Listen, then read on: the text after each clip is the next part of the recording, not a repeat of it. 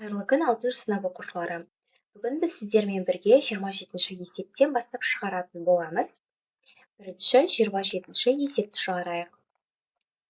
Автомобиль жүруге тиісті қашықтықты 1/3 жүрген кезде жолдың ортасына дейін, жолдың ортасы ол бізде жартысы, 56,2 километр қалды. Автомобиль неше километр жол жүруге тиісті дейді. Бізде жолдың ортасына дейін дейді. Ол бізде жаңа айтып кеткендей жартысы дегеніміз ол бізде 2-ден 1 болады. Осы 2-ден 1-ді міне мына 3-тен 1-ін азайтамыз жүрген жолын. Енді осы кезде ортақ бөлікке берейік. Бұда 3-тен, мұнда 2-ден. 3-тен 2-ні азайтамыз. Бөлімінде 6 болады. 1 бөлінген 6 демек болады. Демек, бізде жолдың жалпы 6-дан 1 бөлігі міне ол 56,2 километрге тең екен.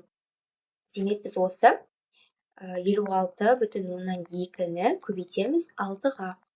56,2-ні 6-ға көбейтетін болсақ, 337,2 километр шығады. Есебіміздің жауабы осылай болады. Келесі бізде номері 28-ші есеп. Мұнда айтады, саяхатшы меншікті жылдамдығы 32 километр бөлікке сағат теплоходпен 2,3-1 сағат өзенде ағыспен жүзді. Өзен ағысының жылдамдығы 2,2 километр. Сонан соң, сол өзен құятын көлде 1,5 сағат жүзді.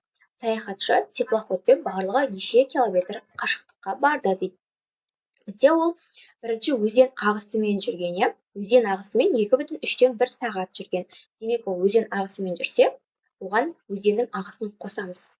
Өзінің меншік жылдамдығына V-ні тауып алайық. Ол 32 километр бөлінген сағат қосу 2,2 километр бөлінген сағат тең болады 34,2 километр бөлінген сағат. Біз екеуіне ортақ жылдамдықты тауып алдық. Енді осы S1-ді тауып аламыз. Міне мынау 2,3-1 сағатқа көбейтеміз. 34,2-ні көбейтеміз 2,3-1-ге. 34,2-ні 342 бөлінген 10 деп жазып алайын. Көбейту 2,3-1 дегеніміз ол 7 бөлінген 3 болады. Енді 342-мен 3-ті қысқартамыз, сол кезде 114 болады. 10 мен 7 қысқармайды. 114-ті 7-ге көбейтетін болсақ, 798, 798 болады. Ол бөлеміз 10-ға. Онда 79,8. Енді келесі біз S2-ні табамыз. Ол енді мына жерде көлде өзенде жүріп болғаннан кейін ағыспен, сонан соң сол өзен құятын көлге 1,5 сағат жүзеді. Ол өзенде өзінің меншікті жылдамдығымен жүреді. Ол меншікті жылдамдығы бізде 32 километр сағат. Енді 32-ні көбейтейік 1,5 сағатқа. 32 көбейту 1,5 дегеніміз ол 3 бөлінген 2. 32-ні 2-мен қысқартамыз. Ол кезде 16 болады. 16-ны 3-ге көбейтсек 48 болады. Енді біз барлық жүрген жолды табуымыз үшін, жүзген жолын табуымыз үшін S1 мен S2-ні қосамыз. S тең болады S1 қосу S2. 79,8-ге қосамыз 48-ді.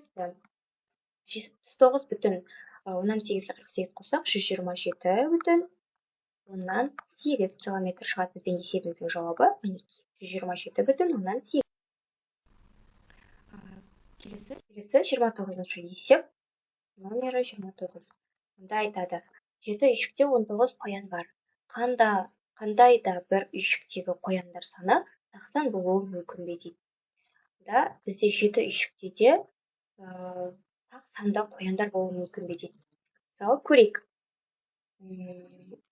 1 қосу 1 қосу 1 қосу 1 қосу 1 қосу 1 6 болды. Қосамыз 13-ті.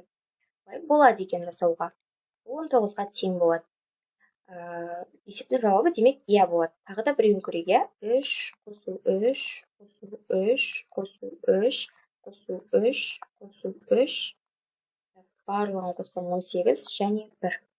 Мұнда да 19 шығады. Демек есебіміздің жауабы иә болады екен. Келесі номері 30-шы есеп. Есеп теңдер дейді. Бірінші есеп 25,2 бөлу 3,2-ден 1. Қосу жақша ішінде 6, азайту 4,3-тен 1, көбейту 0,6. Бізде бұндай есептерде ең бірінші жақшаның іші, көбейту, бөлу деген нәрселер орындалады. Ендеше мына бірінші мен бөлуден бастап орындай берейін. 25,2 дегеніміз 252 бөлу 10 бөлу 7 бөлінген 2. Қосу. Мына жерде бізде мына бір бүтіннен 3-тен 1-ді азайтамыз, ол 3-тен 2 болады. Сосын мына жерде 1,6 5 болады, 5-тен 4-ті азайтатын болсақ, ол бізде 1 болады. Демек 1,3-тен 2 көбейту 0,6. Ол дегеніміз 6 бөлінген 10 болады екен. Тең, әрі қарай 252 бөлу 10 көбейту 2 бөлінген 7. Қосу 3-тен 2 ол бізде 5 бөлінген 3 көбейту 10-нан 6 тең болады. 252 бізде 7-ге қысқарады, 36 болады. 10 мен 2 қысқаратында 5 болады. Сонда 36 бөлінген 5 болады біріншісінде, екіншісінде 10 мен 5 қысқарады, мұнда 2 болады, мұнда қысқарады, 2 болады, 2 мен 2 қысқарады, мұнда 1 қалады. 36 бүтін.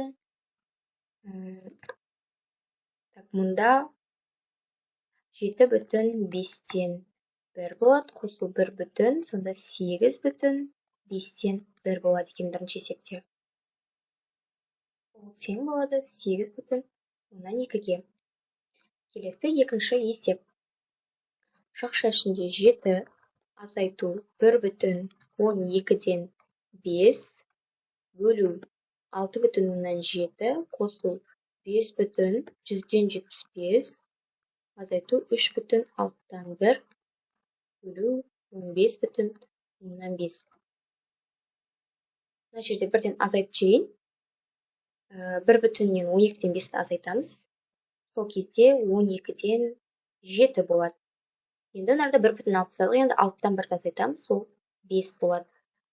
Бөлу 67 бөлінген 10, қосу жақшаның ішін азайтамыз. Бірінші келтіріп алайық. 575 бөлу 100, азайту, мынанда келтіре салайын.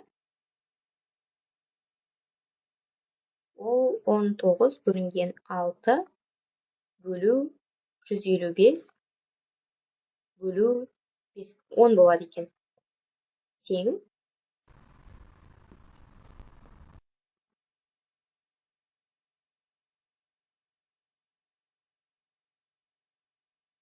Алпыс жеті бөлу 12 көбейту 10 бөлу 67 қосу. Мына жерде ортақ бөлімге келтірсек 300 болады. Мұнда 50-ден, мұнда 3-тен. 575-ті 3-ке көбейтеміз. 725, одан 19-ды 5-ке көбейтсек, бізде 950 болады.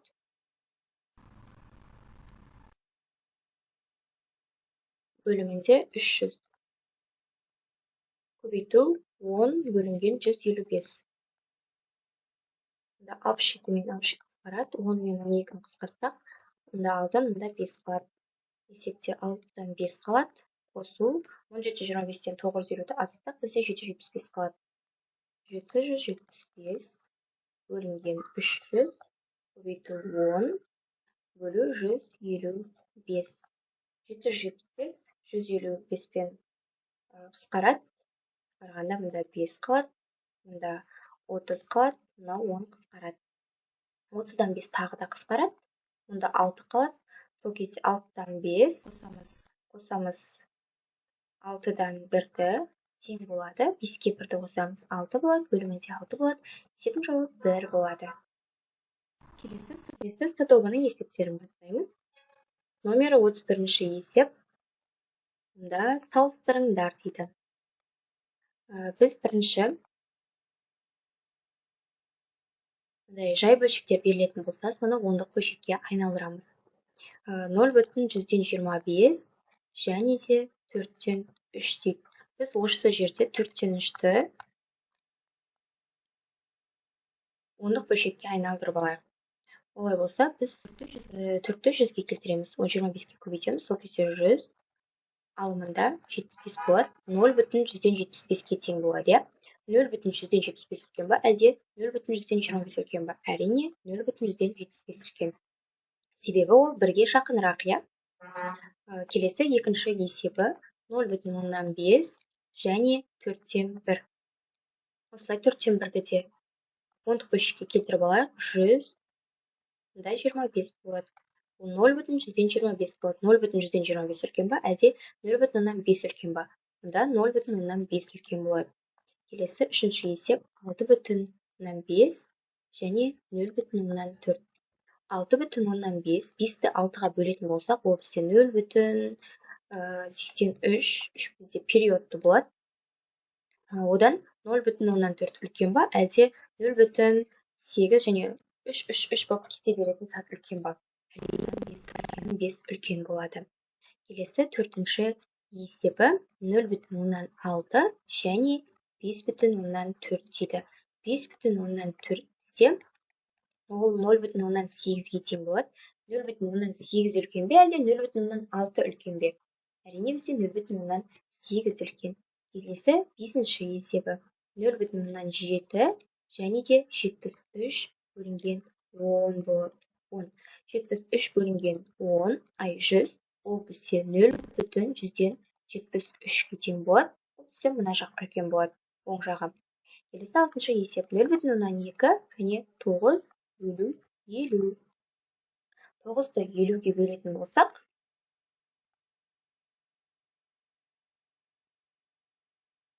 бізде 0,118 шығады, иә? 0,118 шығады. 0,118 үлкен бола ма, әлде 0,2 дегеніміз ол 0,120-ға тең болады. Қайсысы үлкен болады? Әрине, бізде 0,102 үлкен болады. 10-2 үлкен болады. Келесі бізде номер 32-ші есеп. Мында айтады: есептеуді орындамай, берілген өрнектерден тура санды теңдік құрастырыңдар дейді. Бірінші есепті көрейік. Ол 0,4 қосу 8-ден 1. Мұндағы біз ондық бөлшекті жай бөлшекке келтіреміз. Ол 4 бөлінген 10. Және мұндағы жай бөлшекті ондық бөлшекке келтіреміз. Ол үшін біз мына 8-ді 1000-ға келтіреміз. 8 көбейтеміз 1000-ға. Алымында бөлімінде 1000-ға келтіруіміз керек. Ол үшін 125-ке көбейтеміз. Тең болады. Қысқартамыз. 10-нан 4-ті 2-ге қысқартамыз. Сол кезде 5-тен 2 болады. Ал мына жерде бізде 0,1000-нан 125 болады. Міне бізде бірінші теңдікпен мына жердегі тұрған бір 5-ші теңдік өзара санда теңдік болады екен. Жазып қояйық, иә? Мұнда жазайын. 0,4 қосу 8-ден 1 тең болады. 5-тен 2 қосу 0,1000-нан 125. Мынау біріншісі деп қояйын. Келесі енді екіншісін шығарайық. 0,115 қосу 1 бөлінген 4. 0,115 15 бөлінген 100. Ал бұны 100-ге келтіреміз. 25-ке және 25-ке көбейтеміз. Тең қысқартамыз. 5-ке қысқарады. 3 бөлінген 20 қосу 0,125 болады. Міне, мынамен мынау тең болады екен. Өзара теңдік. Оны да осылай жазып қойсаңыздар болады. Бірінші үлгідегідей. Келесі енді үшіншісі. 4-тен 3 қосу 0,8. 4-тен 3-ті көбейтеміз 25-ке.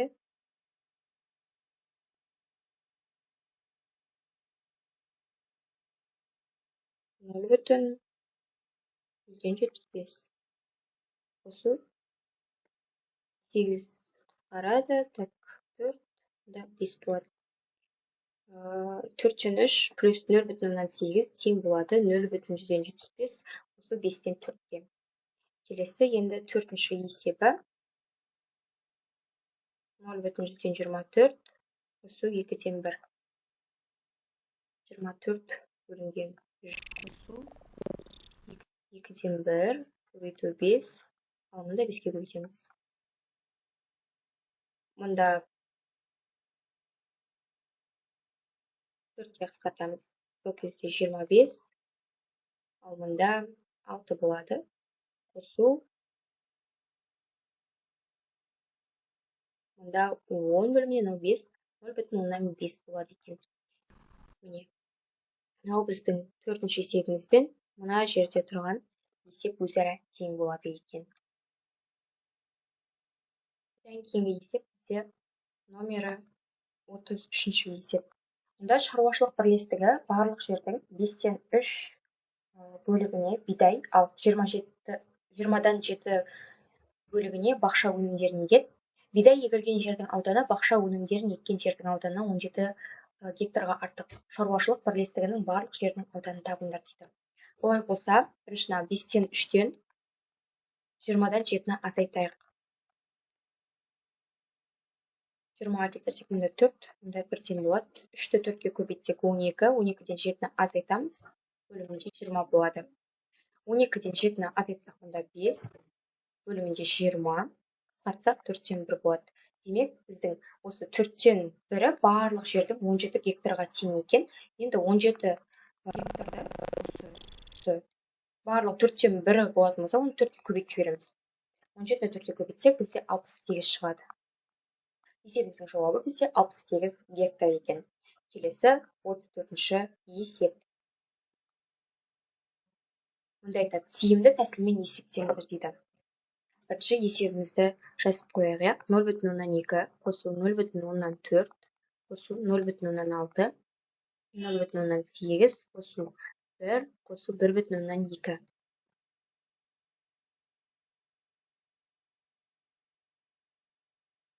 1,2 қосу 1,4 қосу 1,6 қосу 1,8 2 қосу 2,2 қосу 2,4 2,6 қосу 2,8 қосу 3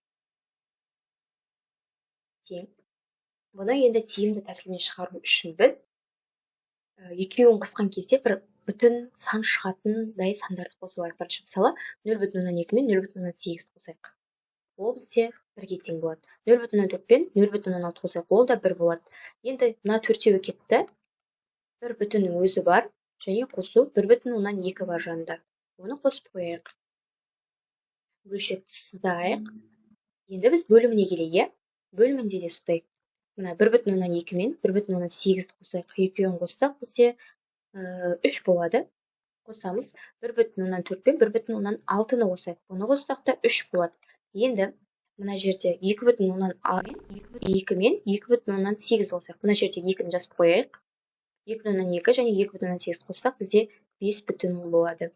Одан кейін 2,4 пен 2,6-ны қоссақ, тоже 5 болады. Енді мына жерде тұрған 3-ті қосып қояйық.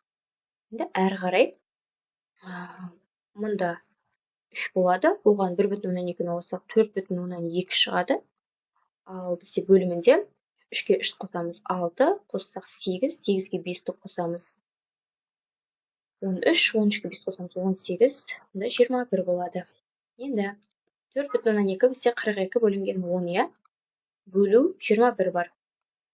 Тең 42 бөлу 10 көбейту 1 бөлінген 21.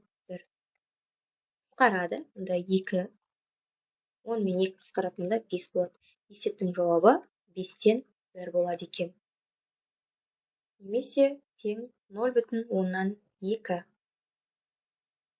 Осы бізде номері 2-ші есебі 34 есептің мұнда жақша ашылған 3-тен 2 қосылу 4-тен 3 қосылу 5-тен 4 қосылу жақша ішінде 6-дан 1 қосылу 7-ден 2 қосылу 8-ден 3 жақшаны жабамыз. Келесі жақшаны 8-ден 5 қосылу 7-ден 5 қосылу 6-дан 5 қосылу жақша ішінде 5-тен 1 қосылу 4-тен 1 қосылу 3-тен 1. Енді бұл жерде тиімді тәсілмен есептеу үшін біз мына бөлімі 3-тен 2 тұр ғой, енді мына жақта да бөлімі 3-тен қандай да бір сан болатын санды іздейік. Міне мынамен мынау келеді екен. Екеуін қоссақ 1 бүтін шығады екен. Енді 4 болатын іздейік. Мында екен. 5 болатын мына жерде екен. Демек, мына бірінші жақшамен соңғы жақшаны бір-біріне қосып жіберетін болсақ, 3-тен 2-ге 3-тен 1-ді қоссақ, бізде 1 бүтін шығады. 4-тен 1-ді қоссақ, онда да 1 бүтін шығады. Одан кейін 5-тен 4 пен 5-тен 1-ді қоссақ, онда да 1 бүтін шығады. Келесі жақшаларды көрейік. Олар да бір-біріне сәйкес келе ме екен? 6-тан 1 қосамыз, 6-тан 5-ті бір-біріне сәйкес келеді. 7-тен 2-ге 7-тен 5-ті қоссақ, онда да 1 бүтін шығады. 8-ден 3-ге 8-ден 5-ті қоссақ, онда да 1 бүтін шығады екен. Демек, бұл жерде барлығын бір-біріне қосып жүрген кезде, әр жақшаны бір-біріне барлығынан 1 бүтіннен шығады. Бір жақшаның ішінен, демек бізде 3 қосылу 3 шықты, тең болады 6-ға. Келесі бізде теңдеуді шешіңдер дейді. Бірінші теңдеу 1 бөлінген x қосу 1 бөлінген 1,7-ден 2x тең 9-дан 4 дейді. Осындай бір қызық теңдеу берілген екен. Әрі қарай жазайық. 1 бөлінген x-ін өзін жазып қоямыз. 1 бөлшекті сызамыз. Енді 1,7-ден 2-ні біз келтіріп алайық. Ол бізде 9 бөлінген 7x-ге тең. Тең 9-дан 4. 1 бөлінген x қосу 7 бізде алымына барады. 7 бөлінген 9x болады. Тең 9-дан 4. Теңдіктің сол жағын ортақ бөлімге келтірейік. 9-дан береміз, онда 1-ден береміз. Енді 9, мұнда да x-тан беріп жіберейік та, сол жаққа қарай шығарып жіберейік.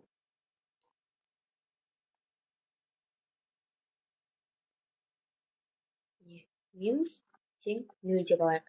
9 қосу 7 азайту 4x. Бөлімінде бізде 9x болады. Тең 0-ге. Енді 9-ға 7-ні қосатын болсақ, 16 болады. Минус 4x бөлімінде 9x тең 0-ге. Осы жерде x тең емес 0-ге. Және екінші 16 минус 4x тең 0-ге. 16 тең болады 4x-ге. Бұл жерде x-ге 16-ны 4-ке бөлеміз. Ол бізде 4-ге тең болады. Есебіміздің жауабы x тең болады 4. Келесі екіншісі 2 бөлінген 1,5-тен 3x азайту 1 бөлінген x тең 12-ден 1. Бірінші бөлшекті келтіріп алайық.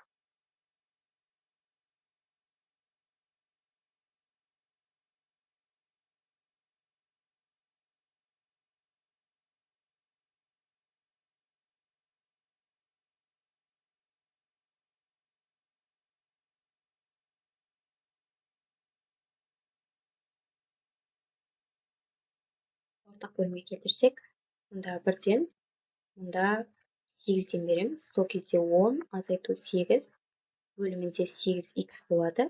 Тең 1 бөлінген 12. Енді 10-нан 8 азайтатын болсақ, бізде мына жалғастырамын. 2 бөлінген 8x тең болады 12-ден 1-ге. 12-ні көбейтеміз, ол 24 болады. 8x-ге 1-ді көбейтеміз, сол кезде 8x болады.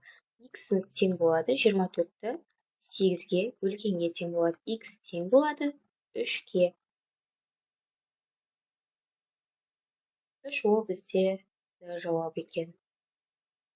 Ал бірінші есеп ол бізде В жауабы болды. Енді келесі Үшінші есепті шығарайық. Үшінші есепте 2 бөлінген 1/3-тен 1x азайту 1 бөлінген x тең 4-тен 1 дейді. 2 бөлінген 4/3x минус 1 бөлінген x тең болады 4-тен 1-ге. 6 бөлінген 4x, мына 3, ал мына көбейтіліп кетеді, минус 1 бөлінген x тең 4-тен 1-ге. Ортақ бөлім берейік, 4x болады, мұнда 1-ден беріледі.